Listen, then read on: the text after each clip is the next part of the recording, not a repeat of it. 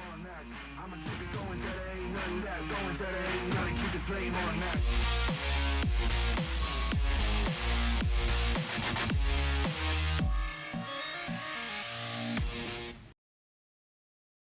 Hello and welcome to another episode of Critical Damage, Emerson's #1 esports talk show. I'm your host, Will Snyder, and I'm joined once again with Ian Copeland and Jack Ryber. We've got a great show lined up for you today, so let's dive right in. The Halo Championship Series is making a comeback with its Infinite launch. The question is, what makes this game special compared to other title in the Halo series? Jack, what you got on this? Well, that'd have to be because of the grappling hook. In this Halo outing, Spartan's able to go into the game with a grapple hook, which lets them do a lot of different abilities. Not only can they traverse maps faster, but they can also commandeer vehicles, which is a big deal in Halo. Not many shooters have vehicles in the game, so being able to commandeer them and steal them is a big tone changer for the game. We can see right here in the clip the Spartan able to snipe the Ghost out of both. It seems like a teammate and enemy was there, so just you had 3 Spartans rushing to it, and the grapple hook was able to bring the player closer to it and steal it and get away all in like a matter of seconds. Now, we're an esports show, so let's talk about how pro play will use these abilities. Do you have any idea on how the grapple hook will be implemented into competitive? I do. We have our first case of Critical Damage breaking news. Oh. Just last night, 343 developers of Halo Infinite released a video detailing what competitive rule sets will look like for Halo Infinite. Spartans will drop in with a battle rifle as a primary weapon, no secondary weapon, and no equipment, only grenades. Everyone drops with the same weapon and the same amount of grenades, and they can pick up a grapple hook or another armor ability. So that makes me think that they kind of know that the grapple hook could be busted. I'm hopeful. I have high hopes for the grappling hook. Again, Halo is a high time to kill game. I honestly think it could be a little bit like grenades in Valorant or CS:GO.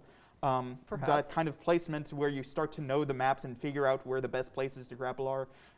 Maybe even a little bit of exploitation. You know, I'm always a fan of breaking games just a little bit to get that competitive edge. And those those grapple hooks and other grenades and stuff spawn in specific places every single time. So knowing the map layout will be important. Oh, yeah. So it feels like the game's going to start to be like a rush for these items at the beginning, especially with the high time to kill. You're probably going to be able to get them and get out. My only problem is I feel like I believe we have a clip of the grapple to show, which shows some very flashy plays that come out when you use it. You can fly through the air, move at insane speeds. But in pro play, I feel like it's going to be hard to use it in that sense because players are so good, they're so accurate, they're able to shoot you from anywhere. So if you're flying around like this, you are incredibly vulnerable. No matter how many plays you can pull off, you are likely going to die. So I believe the grapple hook is going to be relinquished to just a tool of repositioning, a tool of escape, and a tool of being able just to get to different points on the map, regrouping and getting out of there. Perhaps, but in that clip specifically, the player was using the grapple hooks to get the drop on his enemy. He was coming in from the spy. He was like swinging around like Spider-Man, and he used the commando to get the drop on his enemy. And while I believe those clips will happen, we're going to see plenty of those when the launch happens. I don't see them happening on the big stage. I disagree. I mean, there's just the time to kill is too high. You're moving too quickly, and I think with the fact that this is a cross-play game, cross-play title, I think a lot of it will come down to whether or not we see controller or mouse and keyboard in competitive, or both. That's an interesting question. If you look at past installments of Halo, they've only been on consoles. So the competitive scene is That was the case. They have the Master Chief Collection, Master which Chief is Collection. which is a collection of all previous released Halo games. It was on Xbox One for the longest time, and was recently ported onto PC. And now they have crossplay between PC and console. And you have keyboard and mouse players against console controller players. And that's kind of been a bit of a discourse inside the Halo community. Is it unfair to be facing a keyboard mouse player when you only have a controller, or vice versa? Well, if I recall, competitive Call of Duty, you're restricted to controller. Yes. That's your only option.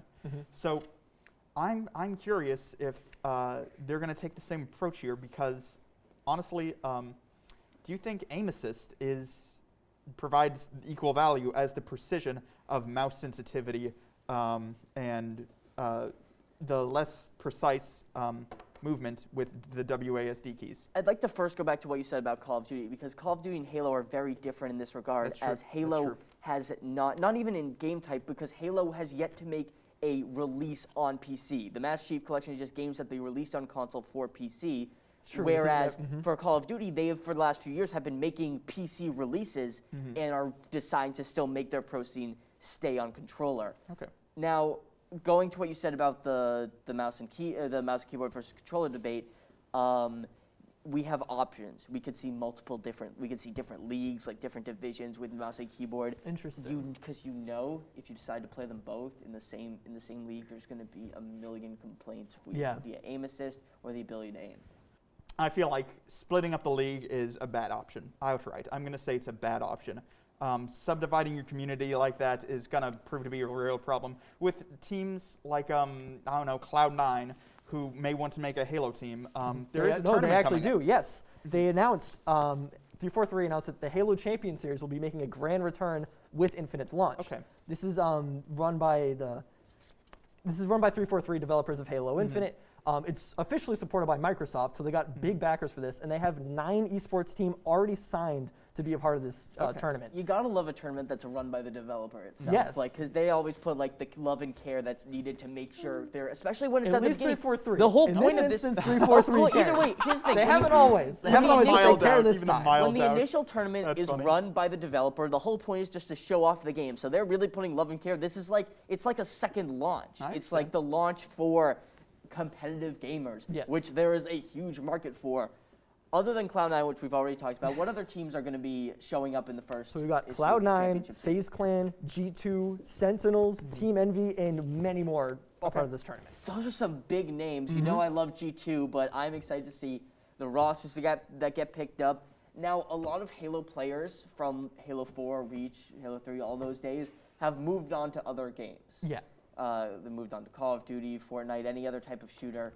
Those But- old games have actually seen a bit of a resurgence since the port to PCs happened with Okay. the Master Chief Collection.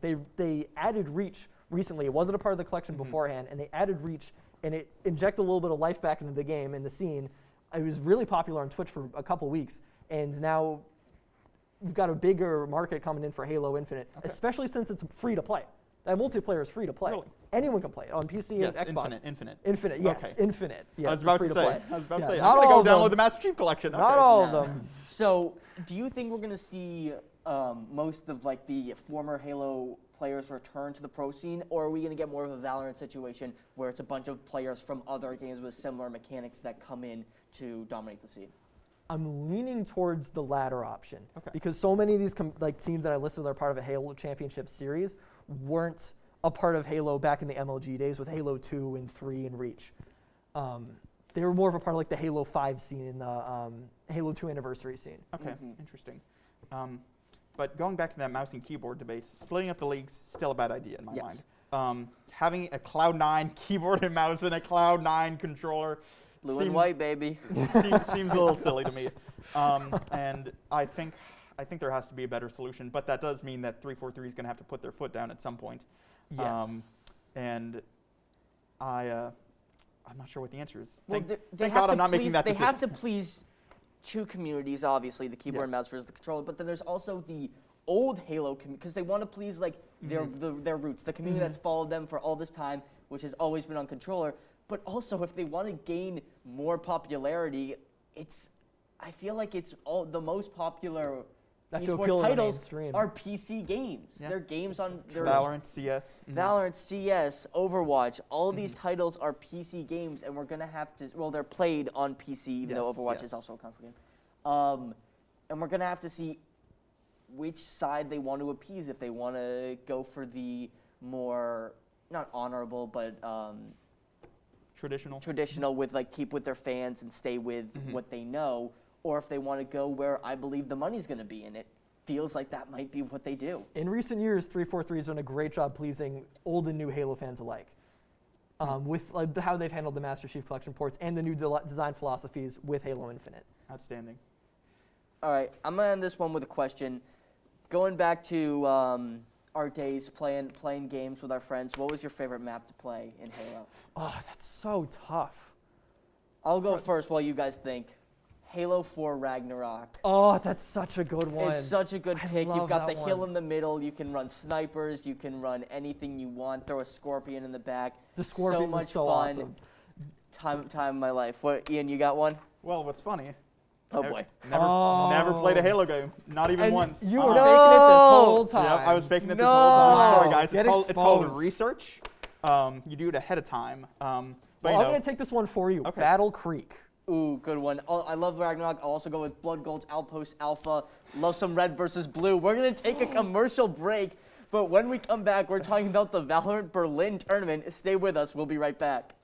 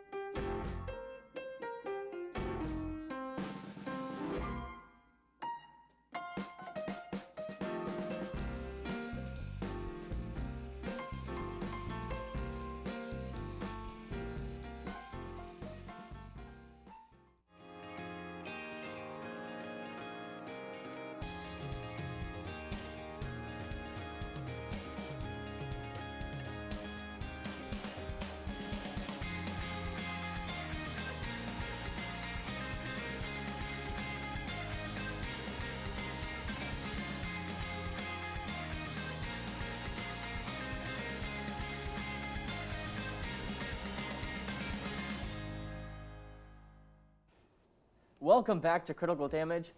Let's talk some Valorant. Gambit winning it all at this year's Valorant Master Stage 3 tournament in Berlin. Gambit was able to beat Envy in the finals to be crowned champions in the German city. How are they going to fare in the upcoming Champions Tournament? And what are the other teams going into this? We've got a lot to discuss, but let's first start with Valorant Masters Stage 3 in Berlin. There were a lot of storylines going into this. The crowned champion Sentinels, the European dominant G2, some other NA teams showing their face. 100 Thieves still around. That was a surprise. I That didn't was expect to see surprising. 100 They're still threes around. kicking Hey, it. they're Yeah. still chugging. They're old, but they're still chugging along. We're gonna take a look at some clips, starting with Gambit, the champions of the tournament. Let's see how they got it done. Now they have been an very efficient team, as we can see. Chronicle An amazing triple kill. And look at here. This is a good part. He so patiently waits for the bubble to disperse and takes him out. It's just you can show the information coming out, and I just want to talk about the trigger discipline going in. He knows, he can hear them coming up mid-ramp. He knows that they're going to go. As we Love see that them pop pop off, off yeah. there, you got to love to see it. That's And he's fun. able to wait until they're all there and strike at the same time. And this is the moment where they are able to win it all. Chronicle, again, able to turn on Ye, my bad. Yeah, that And able to reversal. get another. It's just unbelievable. Bam, Chronicle another one. He was not the MVP of this series or this tournament, but he showed up when it mattered. The MVP has to go to Nats, who might have honestly put himself in contention for the best player in the game. Really?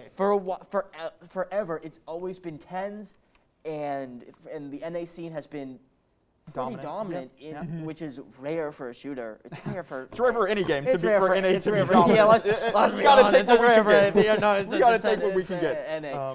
Still, but Exactly. tens. Tens is still an amazing player. We'll look at him later.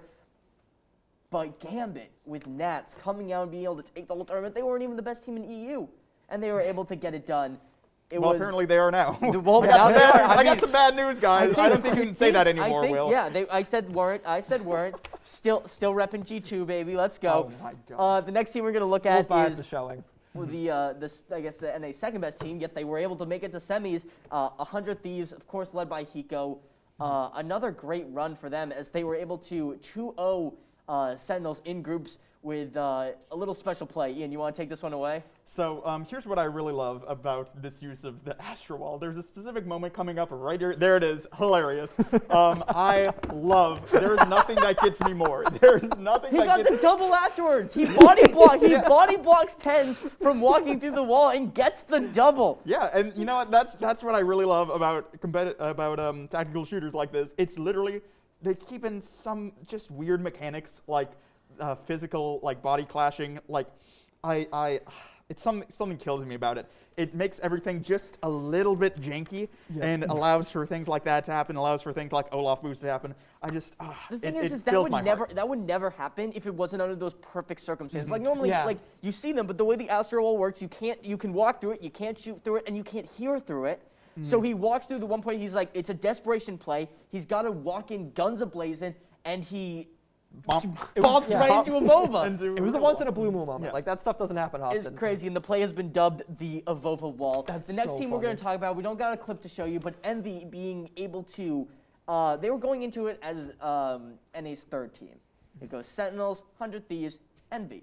They were coming in trying to make a name for themselves on the international stage, and boy did they ever. Ye and the rest of the crew, Marv came out with amazing performances, and they were able to make it all the way to the grand finals. They got to Sentinels. they got to they were able to get to the grand finals. Oh no, they did beat Sentinels. You were right. Aha! I'm wrong. Oh my goodness, you know more than me. That's crazy. Oh, that's funny. I always get my brackets mixed up. No. Yeah, didn't think so. My bad, Didn't my think bad, so. my bad. But they Try were next able. time, pal.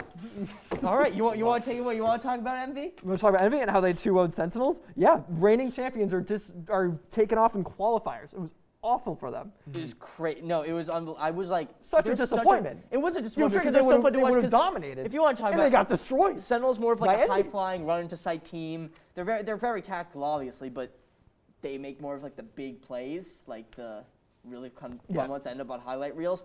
Whereas Envy's more of like very methodical and take things slow. So they're less fun to watch, but boy, they put on a performance for the age of downing Surgical precision. both the NA teams of Sentinels and 100 Thieves. So incredibly impressive. Just when you think you trust somebody, just It didn't save Envy in the grand finals, though. That's true. Where's the region loyalty, huh? Where's the region loyalty? Unbelievable. I know, Yeah. betrayal in NA. That's fine. Let's talk about my boys G2. Okay. Let's talk about Of it. course Let's you talk will. about it. Yeah. Will with the G2. Did a great job. We already looked at the Avova Wall where they were able to beat They had 2 matches against Sentinels in groups. Lost 1 2-1, but then 2-0'd them in the next match. Popped off. Able to get a bunch of kills. Here we're just going to look at Tens. Look at Tens go. Look at him go, baby. Ooh, this is why nice. he's been You considered the and best player in the game. He does it all himself. Wow, that was nuts. The spray transfers is amazing. Look The at little smile. Look at the smile. He knows what he's doing. He knows how to get it done. He's so humble. He's so humble. Loves it. The highlight plays coming out. See, that How many he cross gets map, one? my He goodness. just 1 kill, 1 entry frag. That sounds good. Oh, he gets another. Oh, a third. Oh, is that a 4th? Oh my goodness, Tens taking it all himself. This is why he is one of the best in the world, and this is why I can't wait to see him play again in December on the international stage, because he is just so fun to watch, and he is an unbelievable performer, and I can't wait. Yeah, what can we to watch expect more in of it. December? That's what I'm curious about. What, like, in terms of, I mean, obviously there's been this big upset with Gambit. I don't know where Sentinels even stands anymore. I don't know what on earth Sentinels is even going to do at this point. What do you think is going to happen in December? So we are currently looking at the last chance play-ins right now Yeah. for the 2 biggest teams that are still trying to qualify are 100 Thieves, and G2. Yes. My boys. Okay. Avova Wall, baby, let's go. So while they have so far been able to make it past any match they have faced, it would be a very big shock if they were unable to qualify, because the way it works, it's 8 teams in these tournaments. Yeah. Only 1 makes it from each last chance. Jeez. From Well, each that's region. why it's a last chance. It is the last chance. 1 last chance. It is crazy, and I just can't wait to see which teams make it and see the performances when it gets down to it. My prediction going in is that I gotta say G2. G2. Oh, G2's my gonna Lord. regain their form. gonna What a lose it. twist. I'm not picking them just because I like them. Whatever you say, Will. They are one of the best teams in the world. There's no doubt about it. Mixwell, and all the boys. are able to get it done when it's needed to be. Are there any teams you're excited to look for? I'm going to go with Envy. I mean, they're the way they took down Sentinels was a shock to me, and I really like their play style. I think they've got some stuff there.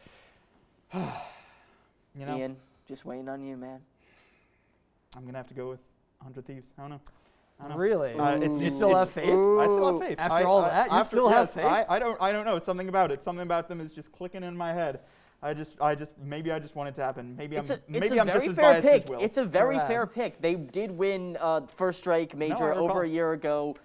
They are definitely a good team to watch. They just replaced Steel with Boy, so going for more young blood rather than the old CS. But they still got it there. They've got Hiko. They've got Nitro. They've got players that have been in the competitive scene for a long time. You can teach an old dog new tricks. You can That's always teach an old dog new tricks, don't count but then you also gotta love teams with the young. You also gotta love the young guns like Tens and Nats.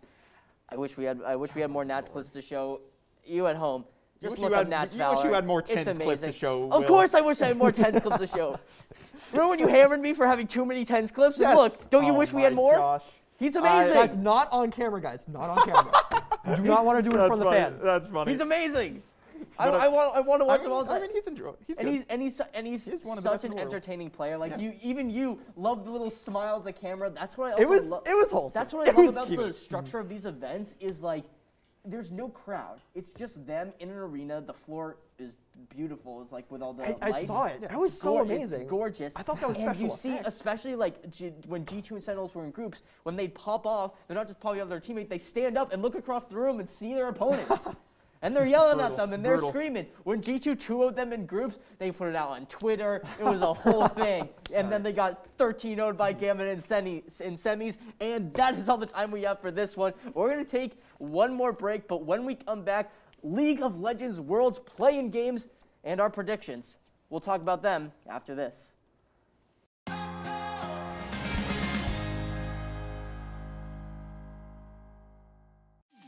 Mind. Body. Blake. Hello, ladies and gentlemen. I'm DP Moran, and this is Mind, Body, Blank. 5 contestants.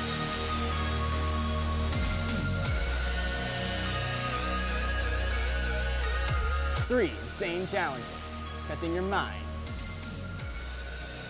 body,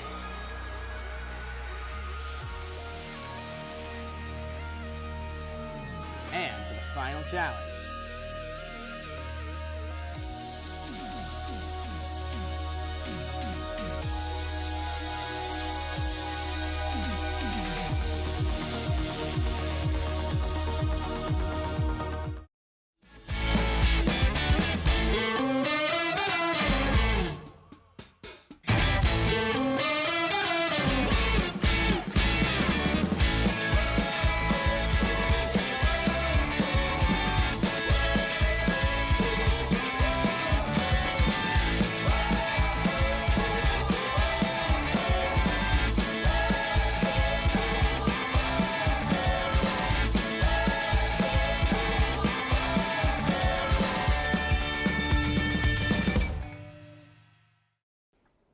Welcome back to Critical Damage. Hey, make sure you're following us on Instagram at Critical Damage EC for all our updates. For our last segment, we're going to talk about League of Legends and the World's play-in games that happened last week and the 4 teams that were able to move on to the next round.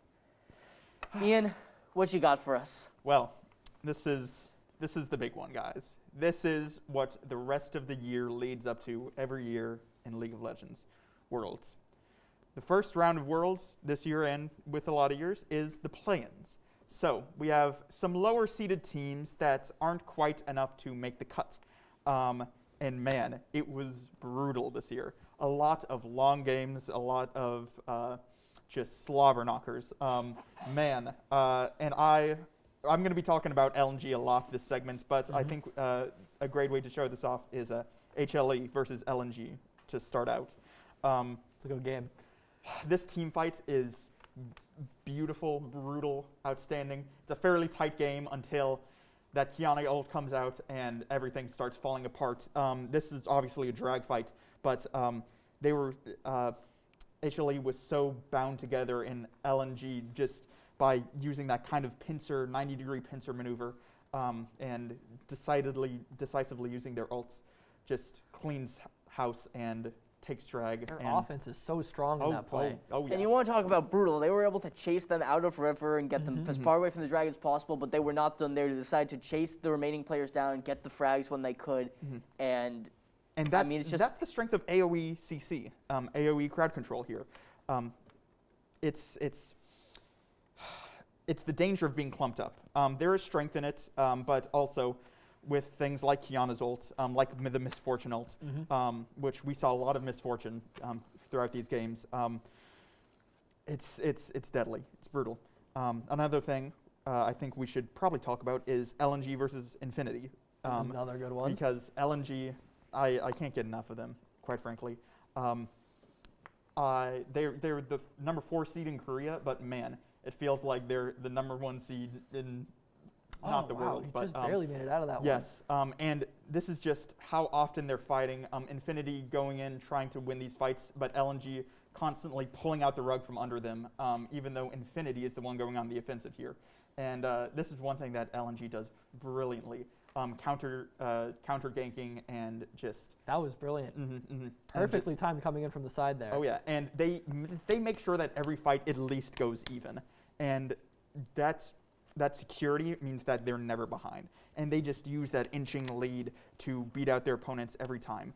A lot of these games were pretty slow. A lot of them took a reasonable amount of time. There weren't that many quick slobber knockers, except for all the LNG games. Am I just gonna keep saying slobber knocker? Is your basis on what makes a good league game the amount of slobber knockers you see? Yes, a lot of did you like the amount of slobber knocks. bet you that you Slobber couldn't knocks. say slobber knocker certain times in one segment? Listen, if you would like to break that We limit, should have a you can. timer. We should have like a tick going. Every single time Ian says slobber knocker. Listen, Oh the my slobber that has goodness. been knocked it cannot be unknocked. It cannot be unknocked. Oh damn it. my goodness. It cannot be unknocked. So here's something that surprised me from watching the group stage, and you can tell me if this was Yeah. incorrect in terms of plans. But matches are best of one, and Yes. in a game where you have picks and bans, so that way it'll be different lineups going in.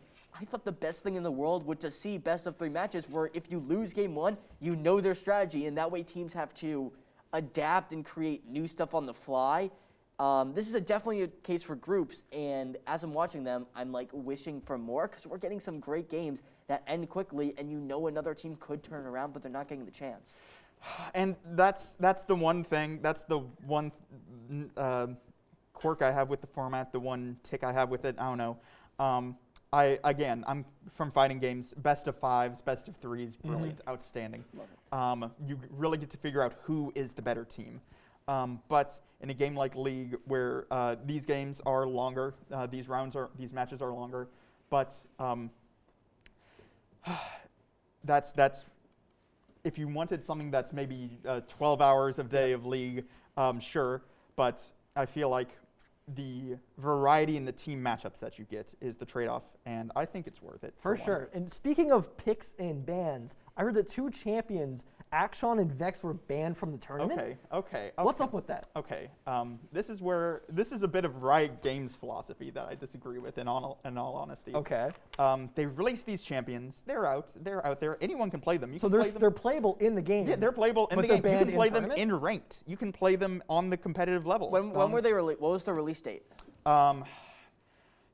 Action was released about a month and a half ago, Okay. and Vex was released about 2 weeks ago, I believe. And they're already deemed Well, broken no. bans? Like what? Can I try to Yeah, like? yeah. Okay, yeah. So they're banned because they've only been out so long. It's not that they're okay. broken or overpowered. Like they could be, but that's not the point. It's that the pro scene hasn't had time for the meta to adapt, nor do they really want a new meta going in to Worlds because, as we know from Yes. talking last year, Viego. they've had that before. Yes. They've had times where a new champ comes in right before Worlds, and that's all Worlds is this champ just dominating because they know when they put something in the game, it's not always going to be perfect. They know sometimes things are going to need fixes, but the last thing they want, and they're learning from experience, is for things to break their biggest tournament And of that's the totally year. fair.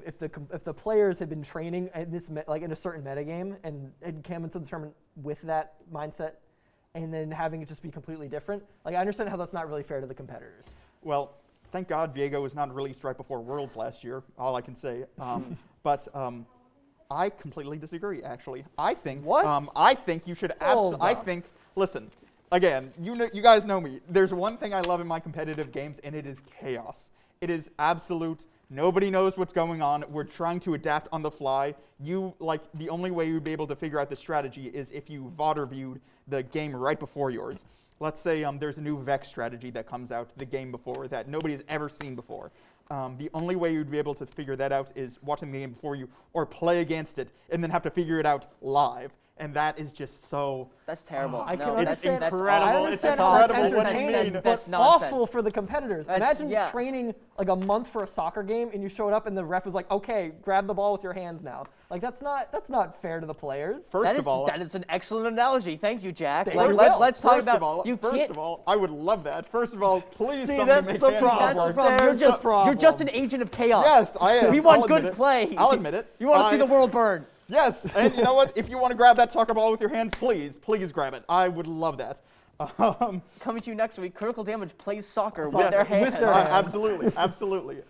It's a good thing none of us play soccer. I wanted to go back to the format real okay. quick because we're talking about multiple game series. Is that how it goes once we get to the playoffs? Do we get multiple game series? Once we get to the later stages of Worlds, currently we're in group stages. Yes. The 4 teams that made it out are LNG, obviously, Hanwha, Dentonation Focus Me, and Cloud9. So you have one NA team that made it out. Let's go. How many NT were in play-ins? In plans, I believe there were 2. And then 50%, we'll take it. still, and then another really interesting thing to note about this is Dentonation Focus Me, a Japanese team, number 1 seed in Japan, had to fight their way out.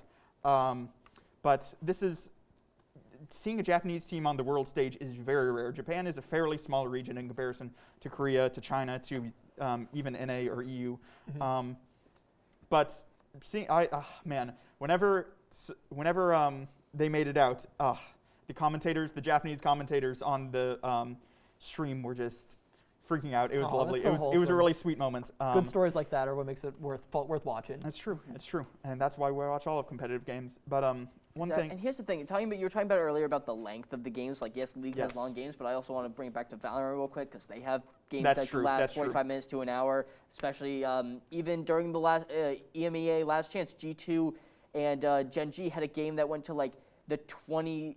It went 42 rounds. Yeah. A Valorant 42. game. 42. Yeah, just a keep going overtime. Goodness. a like max Valorant game, no overtime, 13 to 11. That's what math. 24 rounds. Yeah. So it went almost double that amount of time. It was so long, and I loved every second of it. But and again, guess what? It wasn't a decided game. That was Gen G took game 1, G2 takes game 2 in 42 rounds, and yet there's another game to play after, and that's what's so exciting about best of 3 formats is even though it takes a while, you get to know the other team. Even if you're not a fan of one of these teams, you get to know them so well by the end of it, and you know and you get to know their strats, you get to know their picks, you get to know how they're gonna play stuff, and you can like play along kind of with these teams. You're like, they're gonna do this, they're gonna do that. How should they counter? There's so much that goes into a long series that it's just, as a fan, you gotta love it. Well, I love it as well. Don't get me wrong, I love it. I love 3v3 and 5v5. Like, no, best of 3, best of 5 scenarios as well. But I love the variety. I love the variety in the teams that you see because there are a lot of teams at Worlds. Instead of a Valorant tournament normally has 8. 16. Last Chance qualifiers have 8.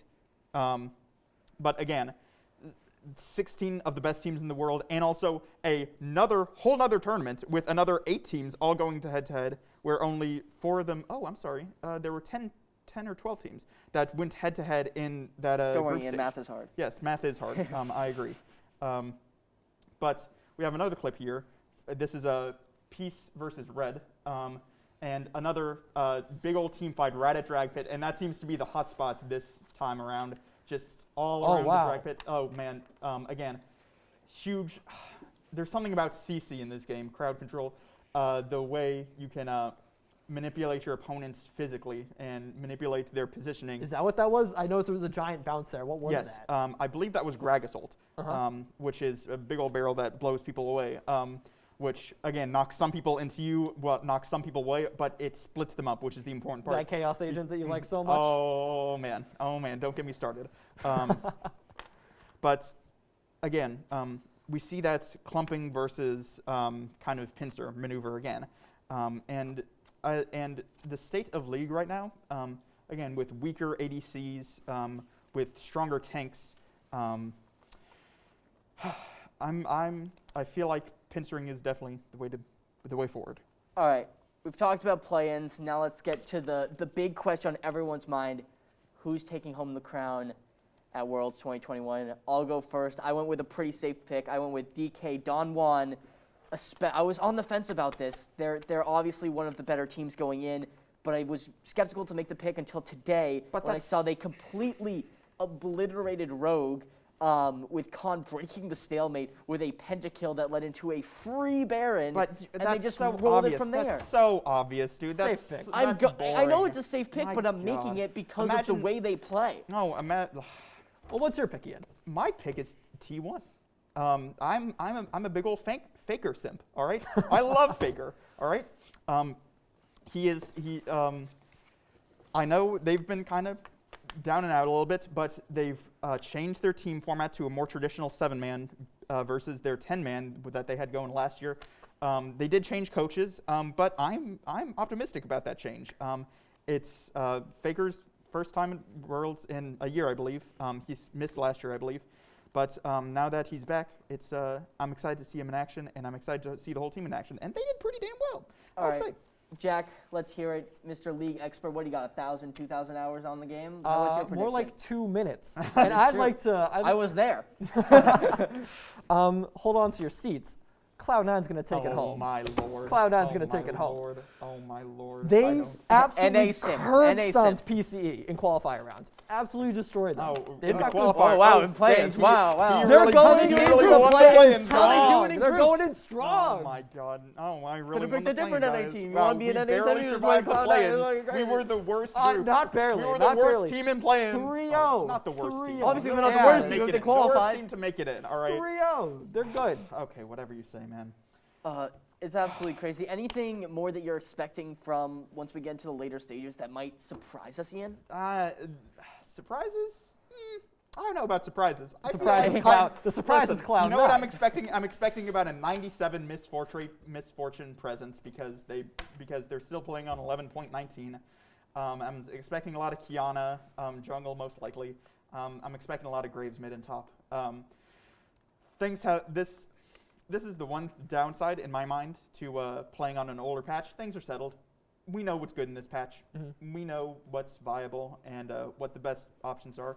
So I expect that's what we're going to see. All right, and with Ian contradicting his own argument by explaining why it makes more sense to play on this I patch. don't know about that. That is all the time we have for you today. Thank you so much for joining us today on Critical Damage. Be sure to follow us on Instagram at Critical Damage EC and subscribe to our YouTube channel. For Ian Slobbernoviker Copeland and Jack River, I'm Will Snyder signing off. See you next time.